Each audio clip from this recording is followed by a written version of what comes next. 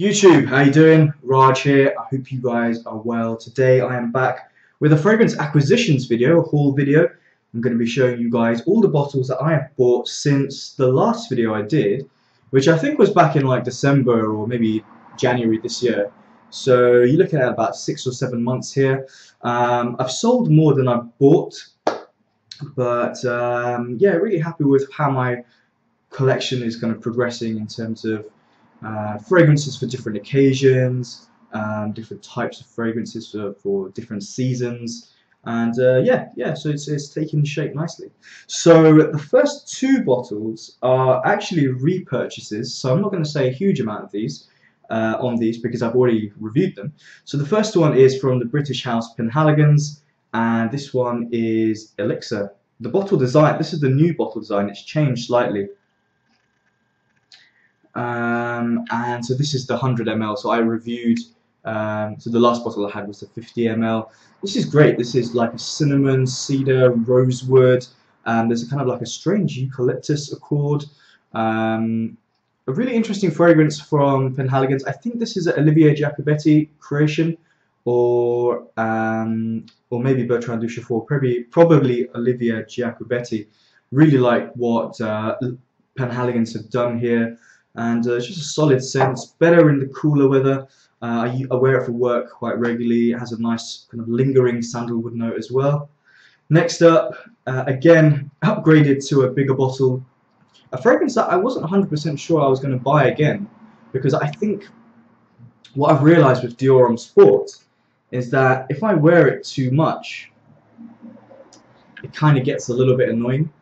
And so what I'm going to do is just kind of hold back on this a little bit, but still going to be wearing it a lot for spring and summer. I have been wearing it a lot. I just love it. I think it's so well balanced, it's so well made, so well put together. Not a huge amount of notes in here, but they're all done quite well. It's actually much more than a citrus fragrance, or something I've come to realize as I went through pretty much most of my 50 ml bottle. It's much more than a citrus fragrance. There's a nice iris note in here. Solid, just solid from Dior, you know, as you come to expect from that house. Next up is a fragrance from a house that I've never owned a fragrance before, and I'm not really sure if they've had many fragrances in the men's range or unisex range, apart from one which I think is discontinued. And this is the latest release onto the market. This is from Valentino, and this is Valentino Uomo. So I actually prefer the look of the 100 ml bottle, but I'm not really looking to add that type of quantity. Valentino Uomo is really solid. Like, I like this a lot. It was kind of an impulse purchase. I was buying. Actually, I wasn't even planning on buying anything that day, but I ended up getting this. You know, as you're kind of like looking around the fragrance aisles, and I tried it on. I was walking. It was one of the first fragrances I tried on. I was walking around the store, kind of constantly smelling my my hands, and I really like the opening of this kind of sweetness, kind of like there's hazelnut in there. There's a bit of leather in there, but it's more about the sweetness for me. And one thing I noticed about Valentino Uomo is that the sweetness in here, this sweet note, is kind of similar to a few other. This accord is kind of similar to a few other fragrances out there. I'm thinking of Versace Eros, I'm thinking of Davidoff The Game, I'm thinking of Dior Homme Eau, the new one, Dior Homme Eau for men, and Polo Red. So it's interesting to see this kind of accord in all those fragrances. It's almost as if like some oil has been bought by one company and they're using it in all the fragrances they produce. But I think it's done in a more sophisticated level here. It's not an obnoxious sweetness, which you can find in a lot of men's mainstream fragrances. It doesn't get annoying. What is annoying about this fragrance, though, unfortunately, is that the performance is kind of just average, and maybe even below average. I get about 4 or 5 hours. I haven't got much more on top of that. Maybe it's the heat that is kind of burning. It's making the fragrance burn off my skin a bit quicker than normal. Maybe I should wait to wear this in the cooler weather. But either way, you know, even if they produce this in an intense version, I'd be interested in that. So yeah, going on to another next fragrance, which I've sampled a lot. I know a lot about this fragrance, and I was kind of just waiting. I came across a deal, and I thought I was going to get the bottle anyway, so it was good to get it at the time I did. And this is Creed's Virgin Island Water. So you know, Dior Homme Sport, this one, and another one that you'll see later on. Are summer-based fragrances, spring, summer. I'm looking to add those types of fragrances to my collection. Finding it a little bit difficult to find really great cool weather, warm weather fragrances to wear. Not having really much luck, to be honest. It's always something that I just find doesn't quite tick all the boxes. Virgin Island Water is great. It could perform a little bit better. This batch doesn't. But yeah, the coconut, really authentic coconut here. I've noticed actually. I've got some coconut oil. It comes in a jar, which I'll use it in maybe cooking or like smoothies or skincare as well. And I kind of I definitely pick up on the coconut note much more in here after using that coconut oil that I've bought. It kind of has this weird sort of body lotion-y type vibe in the opening, which settles thankfully quite quickly. But it's a solid release from Creed. Creed fragrances I find are kind of a little bit difficult to hold on to in my collection. I get a little bit tired of them after a while. This is actually the only Creed fragrance that I own. I'm not really sure how many more I'll be adding to my collection though. I want to explore a few more though. Okay, so the final two, which are the most recent purchases, I bought them at duty free a couple of weeks ago or last week.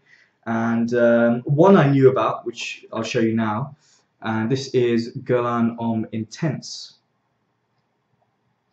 Guerlain Homme Intense, yeah, I had tried this a few times. I knew what it was all about, and this fragrance is kind of like an in-between fragrance. It's good for my spring and summer. Whether it's exactly what I'm looking for those two seasons, I'm not 100% sure, but I do like it. I do like it a lot. Can't deny that. It's kind of got this kind of sweet, spicy, almost mojito type vibe, amped up a little bit more. I'm still to get my nose around it. I can't really describe it that well. It's one of those fragrances where actually I find it a little bit difficult to describe. I'm not too sure about this cap, by the way. I don't really like what Guerlain have done here. It's a little bit cheap. Yeah, it just smells good on the skin. It just smells like a nice man's fragrance. It kind of you can't go wrong with it, to be honest. Solid release from Guerlain. I'm kind of hoping that they add a few more fragrances to their men's mainstream line to kind of just bolster it a little bit more. And yeah, another one here. This is the first one. This was kind of it pretty much was an impulse purchase, to be honest. I don't always buy on impulse, but you know, now and again, like obviously a couple in here which I like that, but they're kind of rare whenever I'm buying new fragrances. And this is from Guerlain's Aqua Allegoria line. Let's see if we can get a close-up.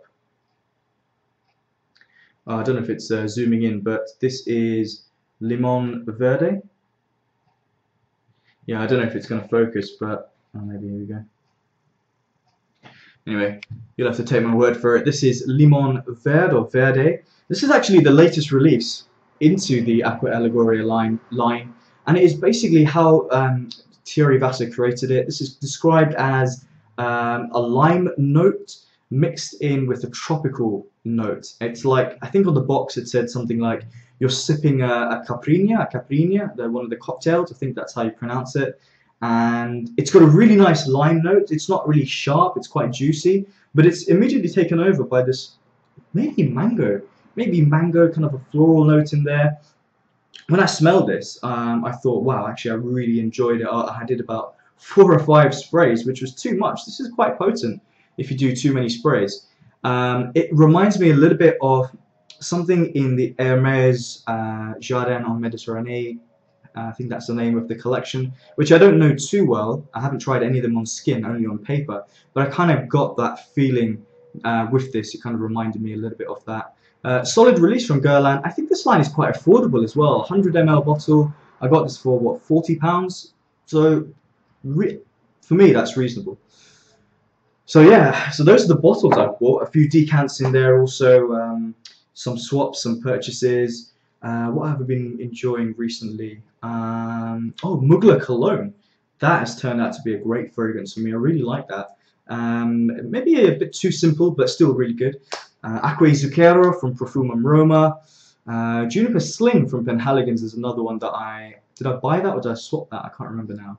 A couple in there from Imaginary Authors, Soft Lawn, Mosaic. Not 100% convinced about those yet. Still need to test them a little bit. What else did I get in decants? Quida Russi from Chanel. And there was one more. I can't remember. There was one more. But oh yeah, it was from Shea and Blue called Oud Alif, which is kind of like a gourmand oud fragrance. Shea and Blue, the British house. Pretty good actually. You need to wear that a little bit more in the colder weather. So there you go, guys. Over to you, as always. Over to you. What have you bought recently? What is on your to-buy list? You know, what have you got your eye on? What have you been testing recently, and maybe you think you're going to be buying them? Yeah, let me know. And also, one thing which I keep forgetting to mention in my most recent videos is that check out my Facebook page. It's a page which basically revolves around my channel, but I'm going to try, it's a work in progress basically, but I'm going to try and add things like lifestyle things, so what I've been up to during the day, things that I've been doing. I'm going to try and introduce music and maybe some photography in there, but kind of still related around fragrances. I'll be giving you like scents of the day, updates, and yeah, that's pretty much it. The link is in the description box. Thanks for watching, guys. Take care. Bye.